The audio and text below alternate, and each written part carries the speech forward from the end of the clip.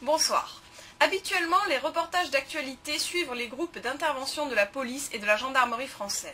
Ce soir, Enquête secrète passe de l'autre côté de la barrière. Durant plusieurs semaines, notre équipe a suivi les membres d'une faction séparatiste qui défend la cause étudiante en France. Nous sommes entrés dans leur groupe pour filmer leurs combats et comprendre les motivations de ces partisans déterminés du Front de Libération Internationale étudiant. Ceci est un communiqué du Front de Libération Internationale étudiant.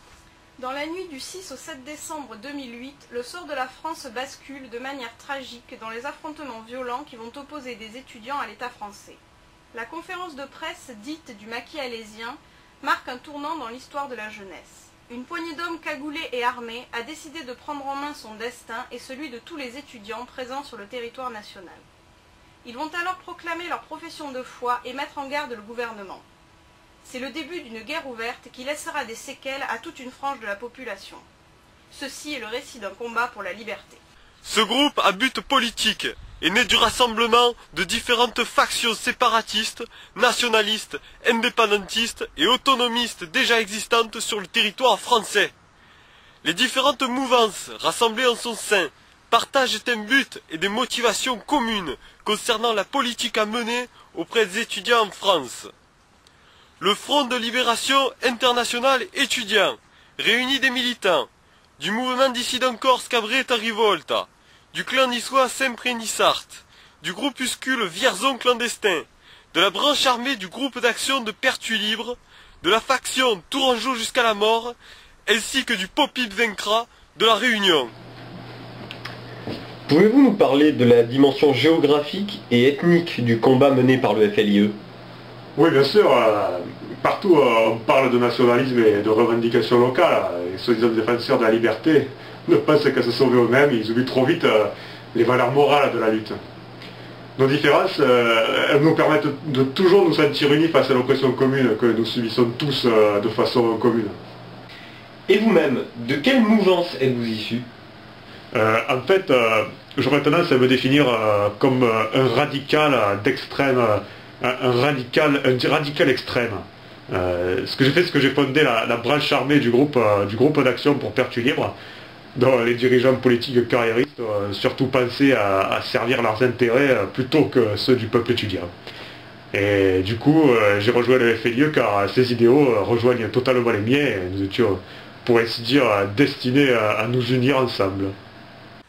Après débat au sein de notre organisation, l'ensemble de nos partisans a souhaité, en l'absence de toute négociation débouchant sur autre chose que des promesses, s'adresser directement à l'État esclavagiste français, afin de rappeler nos revendications et préciser l'adaptation de nos actions pour permettre la mise en place de solutions concernant le problème étudiant sur le territoire national.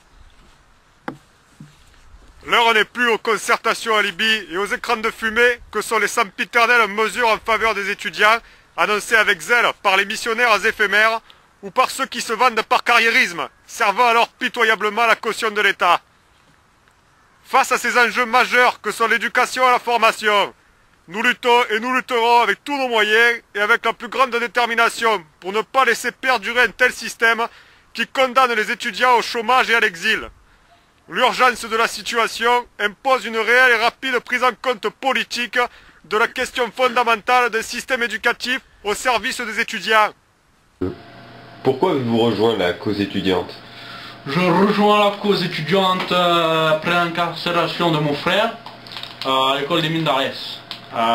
Nous faisions partie de la faction Vierzon clandestin et une de nos missions a échoué. Et il a été arrêté par les représentants de l'État esclavagiste français. Aujourd'hui, la lutte contre l'oppresseur ne peut plus se faire seule. Les partisans de la liberté doivent s'unir avec un but commun. C'est pourquoi j'ai rejoint le Front de Libération Internationale étudiant, dont les ambitions étaient plus ambitieuses. Nos revendications sont les suivantes. La cessation immédiate de la diaspora forcée des étudiants français et étrangers vers le Gard, et notamment sur Alès et Nîmes. Nos revendications sont l'arrêt des déportations hors du territoire français, la suppression des travaux forcés que certains doivent subir en travaillant sur des chantiers, dans des usines ou des laboratoires pour le compte de l'État esclavagiste français. Nos revendications comprennent aussi la remise en liberté de prisonniers et déportés politiques qui ont eu le courage d'exprimer et défendre leurs opinions. Seront libérés en premier lieu Guilhem Gantois, enfermé en Suède, Laurent Latras, détenu en Inde, Arnaud Sellard, Anthony Saint-Gilles, Frédéric Martin, incarcérés en Irlande. Nous revendiquons la dissolution de l'école des mines d'Alès, quartier général des oppresseurs de la cause estudiantine et bras agissant de l'État esclavagiste français. L'arrestation et l'emprisonnement des membres de son corps dirigeant, tyrans, tortionnaires et ennemis de la liberté. Nous revendiquons enfin la reconnaissance d'un statut particulier avec prime de l'État pour les étudiants ayant été déportés à Alès et Nîmes, quelle qu'ait été la durée de leur exil.